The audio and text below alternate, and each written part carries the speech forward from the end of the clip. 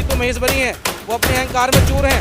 अगर law and order को disturb करना चाहती हैं तो वो कर लें। अगर हमारे बुद्ध विहार की ईंट हिलेगी तो रीतू महेश्वरी जिस कोठी में बैठती है 15A में 14A में, वो भी नहीं बचेगी। लेकर के यहीं लौटूंगा, यहीं बैठूंगा, समाज तय कर दे।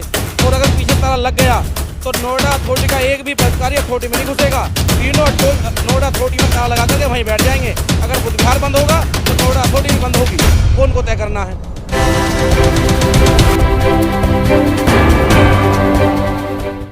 बुद्ध विहार की पेमेंट कर दी गई है और फिर 20 साल बाद ये कहते हैं कि इस पे 3.5 से 4 करोड़ रुपए का चक्रवृद्धि ब्याज लगा करके आपको पेमेंट करनी पड़ेगी। नहीं करते हैं तो आज वो सीलिंग के लिए आए थे, तो उसके बारे में क्या कहना चाहेंगे? देखिए, पहले तो आप सभी को मेरा जय भीम।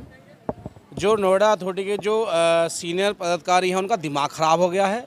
उनके दिमाग में जो है मनुस्मृति भरी हुई है। जिस ज़मीन के पेपर आज से 20 साल पहले बन गए हैं और किसी कारणवश जो हमने समिति से पूछा है कि किसी कारणवश जो है कुछ पैसे रह गए थे, उसको ये बकाया देने को तैयार हैं। लेकिन जिस तरीके से इन्होंने जो है चक्रवृद्धि ब्याज चलाया है, लगभग 3-3.5 करोड़ रुपये, 10 लाख रुपए के 3.5 करोड़ रुपये करीब बताए हैं, वो एक पैसा नहीं दिया जाएगा। ये जिला प्रशासन, माननीय मुख्यमंत्री, प्रधानमंत्री इस बात को सुन लें कि अगर सेक्टर 11 का बुद्ध विहार की एक ईंट भी हिलती है तो ये ध्यान रखना कि यहाँ पर खून बहेगा। उस खून की जिम्मेदारी जिला प्रशासन की होगी, मुख्यमंत्री होगी, प्रधानमंत्री की होगी। जिस देश में बुद्ध तथागत गौतम बुद्ध भगवान को मानने वाले लोग करोड़ों की संख्या में हो, वहाँ बुद्ध विहार की ईंट कैसे हिल सकती है? और रही बात प्रशासन की, प्रशासन जो लगातार नोटिस देकर के डराने का काम कर रहा है, हमें तो ये सूचना थी कि आज बुद्ध विहार में मीटिंग है। जिस दिन प्रशासन चाहे उस दिन तय करके ये बता दे ताला कब लगाने आएगा। युवा सकदल का एक कार्यकर्ता बुद्ध विहार को बचाने के लिए अपना खून बहा देगा। और ये बात करते हैं ताले की, तो हमसे बेहतर कौन बताएगा ताला कैसे लगाया जाता है? ताला तो हमने लगाए हैं दिल्ली के अंदर। और रही बात यहाँ ताला लगाने की, तो टाइम डर के बता दे कि ताला कब लगेगा। लेकिन हम संविधान को मानने वाले लोग हैं, प्रशासन का हम सम्मान करते हैं। जो निर्णय सामाजिक रूप से व कानूनी रूप से निकाला जाए। अभी समिति के कुछ लोग बता रहे थे सचिव साहब कि हमारे लोग हाई कोर्ट चले गए हैं। जो हाई कोर्ट का निर्णय आएगा उस पर विचार किया जाएगा। लेकिन जब तक स्थिति जो की तो है वो बनी रहनी चाहिए। अगर जिला प्रशासन को, और खास करके जो यहाँ की सीओ रीतू महेश्वरी हैं, वो अपने अहंकार में चूर हैं। अगर लॉ एंड ऑर्डर को डिस्टर्ब करना चाहती हैं तो वो कर लें। अगर हमारे बुद्ध विहार की ईंट हिलेगी तो रीतू महेश्वरी जिस कोठी में बैठती है 15A में 14A में, वो भी नहीं बचेगी। क्योंकि ये हमारी आस्था से जुड़ा मामला है। कितने लाख मंदिर आज भी मौजूद हैं जिनके पेपर नहीं हैं, उनकी एक ईंट नहीं हिलाई जाती। जब भी इन्हें परेशानी होती है तो अंबेडकर भवन से होती है, बुद्ध विहार से होती है, रविदास भवन से होती है। यानी कहने का मतलब यह है कि बहुजन समाज के जो बहुजन समाज के स्मारक बने हुए हैं उनसे होती है। मैं पूछना चाहता हूं, अभी मैं आपको 50 मंदिर ऐसे गिनवा दूंगा जिनमें भिन्न भिन्न समाज की आस्था जुड़ी हुई है, जिनका एक पेपर नहीं है। और उल्टल जिला प्रशासन के लोग, भाजपा के लोग उन्हें चंदा दे करके बनाने का काम करते हैं। क्या ये किसी की आस्था से जुड़ा मुद्दा नहीं है? ये किसी आस्था का मंदिर नहीं। अगर उनके दिमाग में कोई जो है मनुस्मृति की बात चल रही है कि इनका समाज इकट्ठा नहीं है या वो लोग नहीं आए हैं, तो आज सिर्फ हमें इसलिए बुलाया गया था कि यहाँ मीटिंग है।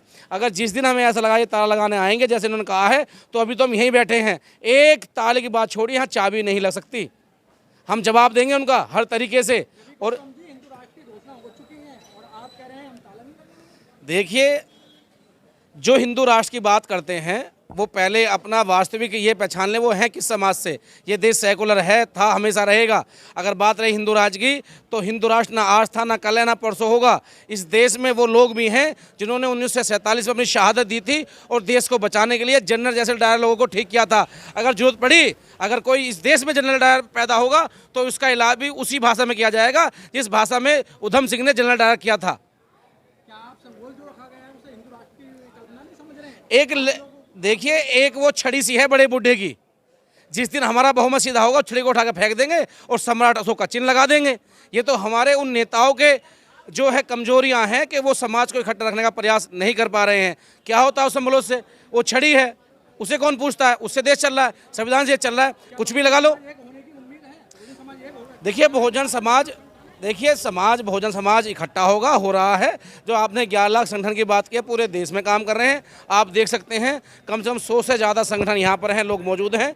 और जिस दिन उन्हें ये लगेगा, आपने देखा होगा 2 तारीख में किसी ने कहा थोड़ा ना था कि आप यहाँ आइए। वो तो सिर्फ SC ST के लोगों का आंदोलन था और ओबीसी ने समर्थन किया था।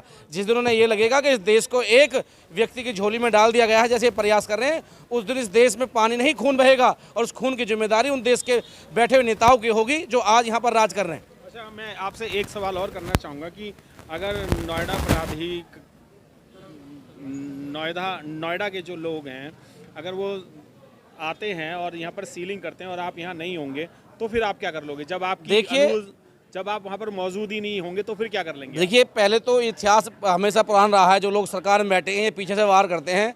अगर ऐसा किया गया, हालांकि हमारे यहाँ लोग रहेंगे, टीम डिसाइड करेगी किसकी ड्यूटी लगेगी, और समाज के लोग अगर कहते हैं तो मैं 500 लड़के लेकर के यहीं लौटूंगा, यहीं बैठूंगा, समाज तय कर दे। और अगर पीछे से ताला लग गया तो नोएडा अथॉरिटी का एक भी पदाधिकारी अथॉरिटी में नहीं घुसेगा, तीनों नोएडा अथॉरिटी में ताला लगा करके वहीं बैठ जाएंगे। अगर बुद्ध विहार बंद होगा तो नोएडा अथॉरिटी भी बंद होगी, वो उनको तय करना है। देखिए, वो कानून किस काम का जहां पर तथागत गौतम बुद्ध भगवान व हमारे अधिकारों का हनन किया जाता हो। अगर कानून उनके लिए बराबर है तो कानून हमारे लिए बराबर है। ऐसी क्या परेशानी हो गई जो 2006 से नोटिस नहीं आया, जो 6 में किस जमा होनी थी, और 2022 में आता है, लगातार 3 महीने के अंदर ही टूटने का प्रयास किया जाता है। हो सकता है कि भाजपा में बैठे कुछ लोग इस ज़मीन पर अपनी टकटक लगाए बैठे हैं कि ये ज़मीन जब कुछ नहीं थी, कबाड़े के मोल थी, आज ये बेशकीमती बन गई है, यहाँ पर वो कुछ अपना निर्माण करने का प्रयास करें। हो सकता है कि वो नोएडा के उन बहुजन समाज के लोगों को, मूल निवासियों को टेस्ट करना चाहते हैं, जो बार बार यहाँ सत्ता के नाम पर तो पराजित होते हैं कि आज भी उनके अंदर इंसानियत बची या नहीं बची, कि उन्हें टेस्ट करके देखें कि जिंदा है या नहीं है। लेकिन हम लोग जिंदा हैं, जवाब देंगे। और नोएडा अथॉरिटी के लोग ये इस बात को सोच लें, अगर यहाँ ताला लगा तो वो नोएडा अथॉरिटी के अंदर नहीं घुसेंगे, उनके अथॉरिटी पर ताला लगेंगे। आप बहुजन समाज के युवाओं को और लोगों को क्या संदेश देना चाहते हैं या क्या कहना चाहेंगे? अब देखिए, मेरे आप सबसे बहुजन समाज के लोगों से अपील है कि जो भी हमारे यहाँ बड़े जो हमारा निर्णय लेंगे, उसके निर्णय के हिसाब से जब वो बुलाएंगे यहाँ बड़ी ताकत से पहुँचें। और अपने साथियों, ये आप लोग जानते हैं, तथागत गौतम बुद्ध ने, भगवान ने कहा कि जैसी परिस्थिति ऐसे निर्णय ले लेने चाहिए। मेरा आप सबसे आग्रह है कि एक हाथ में कलम रखें, एक हाथ में लाठी, जब बुद्ध विहार को बचाने आए, और प्रशासन से कह दें कि कलम से मारना या लाठी से, जिस तरीके से वो समझेंगे उसे समझाएंगे। लेकिन अपने बड़ों का सम्मान करते हुए, कानून के दायरे में रहते हुए अपनी आवाज़ को बुलंद करें और बुद्ध विहार को बचाएं।